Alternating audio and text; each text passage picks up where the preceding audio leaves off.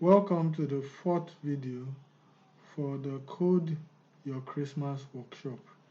In this video, we'll be drawing this bauble. This is the code for how to draw a bauble. So while that is running,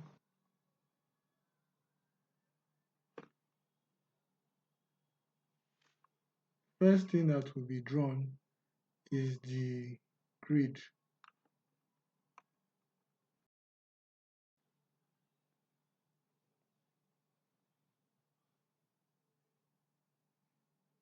Next, we draw this circle and we paint it red.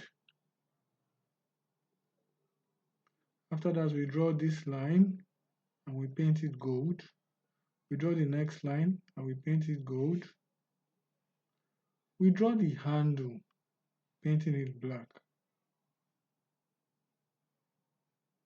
Then we take our time to draw this connector part and we'll paint it green.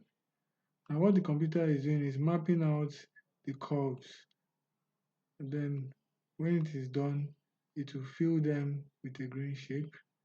Thank you very much for watching. Please subscribe to this training.